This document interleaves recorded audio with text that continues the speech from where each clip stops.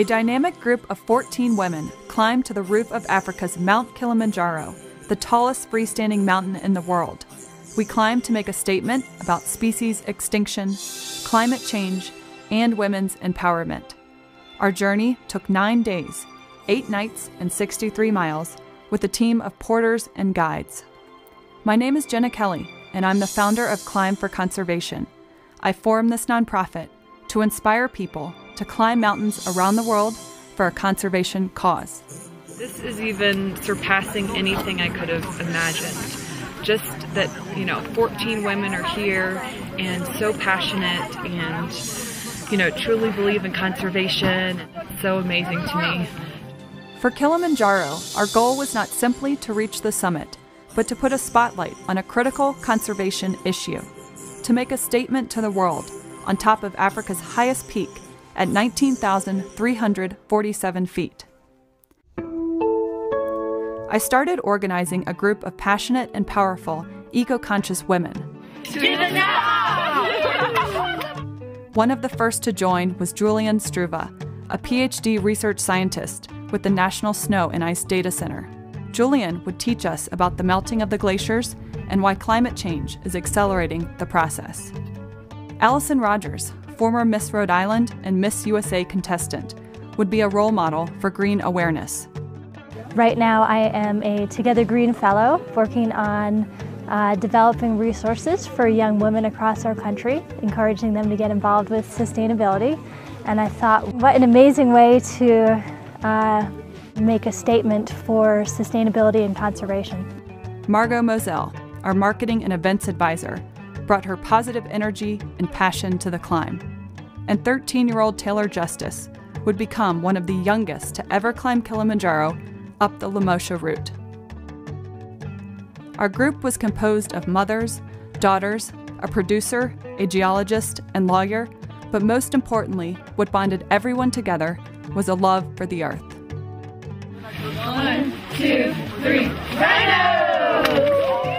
Harvard biologist E.O. Wilson stated that by 2100, 1/2 of the world's species may be extinct.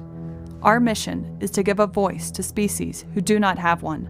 We picked the critically endangered African black rhino, a prehistoric creature whose ancestors roamed the earth for 60 million years. Between 1997 and 2002, 96% of Africa's black rhinos were slaughtered for their horns. The rhino horn is valued more than gold and driven by Asian medicine. Poaching may lead to extinction by 2025. You could say the horn has cost its life.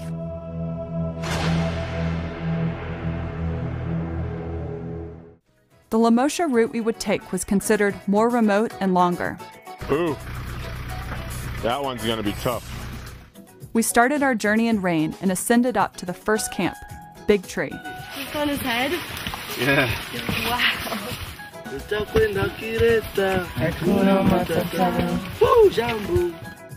The next days, we trekked 6.2 miles to Moore Camp, where we arrived to singing and dancing porters.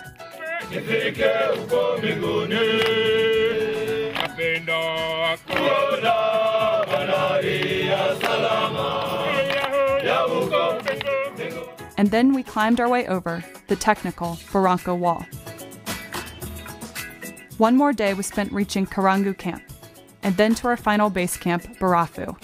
We gathered our spirits, drank hot tea, encouraged each other, and got ready for the final push to the summit.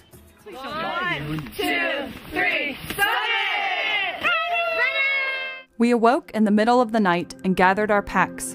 Anticipation, excitement, and desire for the summit filled the air. It was pitch black dark and freezing. The team of women had flown halfway around the world, pushed themselves to their limits, and spent a year raising awareness for the cause. We would be devastated if we did not all reach the top as a team. One by one, we organized into single file formation. Pole-pole, slowly, slowly. We followed the pace of our lead god Kambe, who instituted a military stance and regimen for hours. Slowly over time, we all gained elevation and just kept pushing ourselves. After 6 hours, we could see Stella Point in the distance. Making it to this false summit gave us surprising confidence and a renewed energy and purpose. There was no way we wouldn't continue on for one more hour to the summit.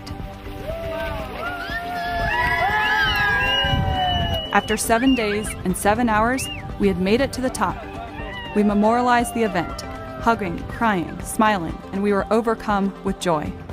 We did it as a team. Most importantly, we had made a statement to ourselves and to the world. Happy Summit! The descent down took 2 days. We were happy and fulfilled at our hard work and accomplishment. Most importantly, we were proud to have raised significant funds for the Mokamazi Rhino Sanctuary in northern Tanzania. Our funds go towards upgrading security to stop poaching and supporting education for African schoolchildren and village leaders. Do we belong to the earth, or does the earth belong to us? Look around. Our human premise is that the world was made for man, to use and have all to ourselves. We regard the world as a sort of human life support system, as a machine designed to produce and sustain human life. But nature is in perfect balance, and it is interconnected in ways we are not even aware. It's our job to protect the animals on this earth. It is a duty that we all must participate in because they are disappearing so fast. Once we start raising awareness on really where we're at with all these species disappearing, that we can make differences, and it needs to start with educating the world. As women who care deeply about our planet, it was our mission to take ourselves out of our comfort zone and make a statement about a critical conservation issue.